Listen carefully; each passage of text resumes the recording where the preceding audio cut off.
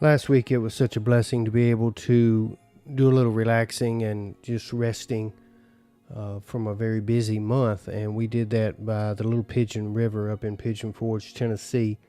And as we were sitting there and just kind of relaxing and watching the water go by, my wife and I was talking about it, just how beautiful the river was. And my mind began to immediately think of Psalm chapter 46, how God refers to us as a river, and He is that river that flows to us, and then He flows through us. I want to kind of reflect on that just a little bit this morning. In Psalm chapter 46 and verse number 4, it says, "There is a river, the streams whereof shall make glad the city of God, the holy place, the tabernacle of the Most High." It begins by saying there is a river. And it's not just any river, it's the river of God. And as we look at that, this is no ordinary body of water. It's the very flow of life that comes from the heart of God Himself. I sat there and I really began to pray about that, and I thought about that. Began to see a picture of grace, joy, peace, provisions, power, prosperity, all the provisions and protection of God flowing freely from one source, and that is our loving Father. See, the thing about the river is every river has a source. Without it, there is no current, there is no flow, there is no movement, there is no life. That source for us is God. He is where everything starts in your life, and from whom all the blessings of life flow.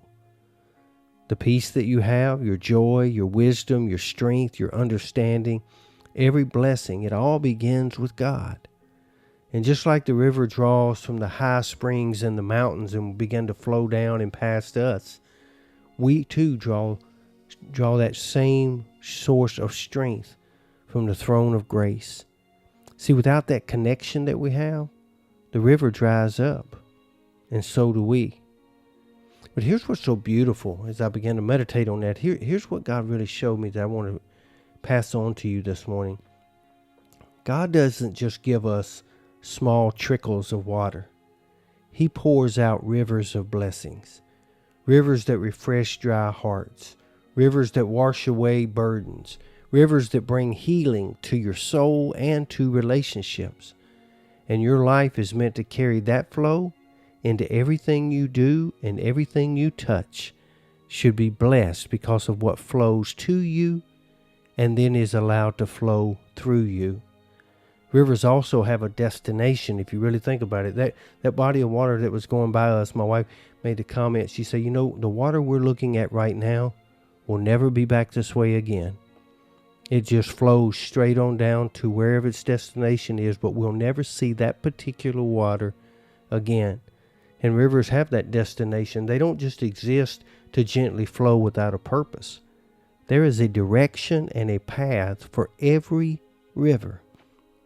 Just like there's a destiny. As the river winds its way to the ocean, you also are headed somewhere.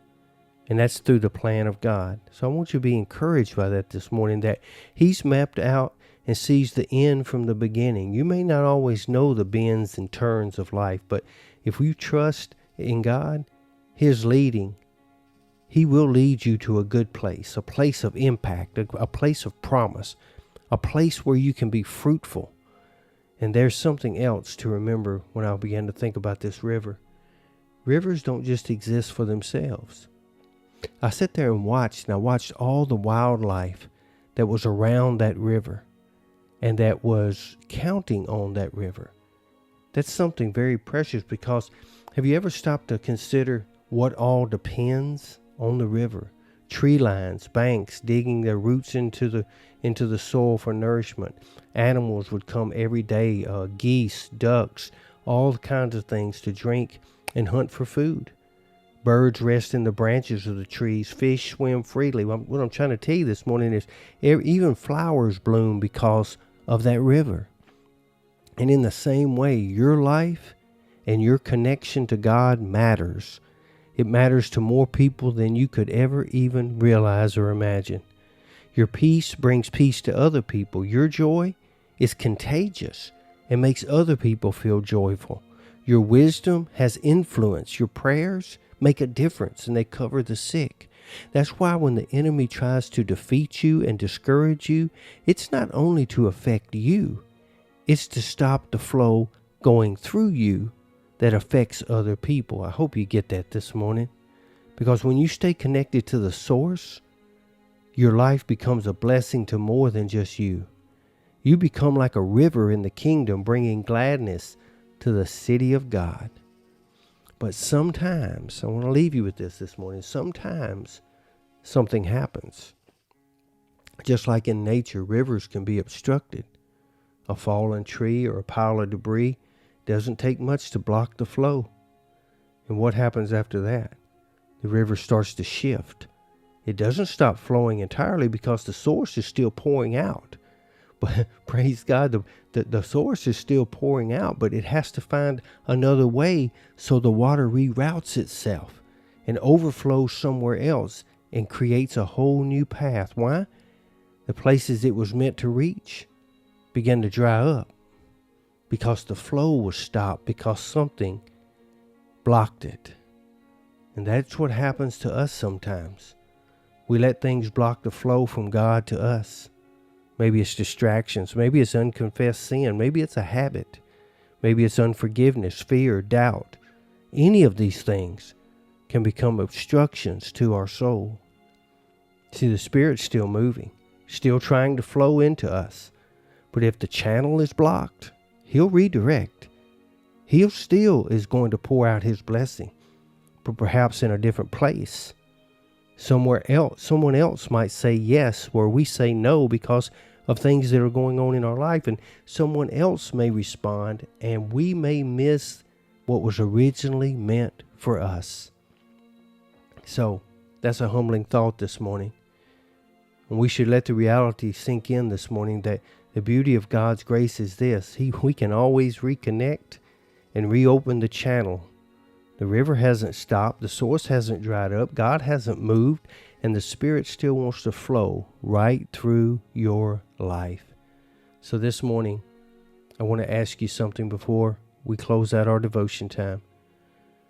Is there anything that's obstructing the river of life to flow to you or through you? What's keeping the flow of God's joy, His wisdom, the power from reaching the places that you were meant to reach? What's stopping it? Is there a relationship that needs to be healed? Is there a mindset that needs to be changed? A habit that you need to put down? Whatever it is. Just as you would pull sticks and stones from the stream to let the river flow freely again, the same thing has to happen in your life. One by one, take those obstructions, take those obstacles, take those struggles, take that sin to Jesus and let Him clear the way. He knows how to unblock the channels of your heart, and He knows how to restore the flow.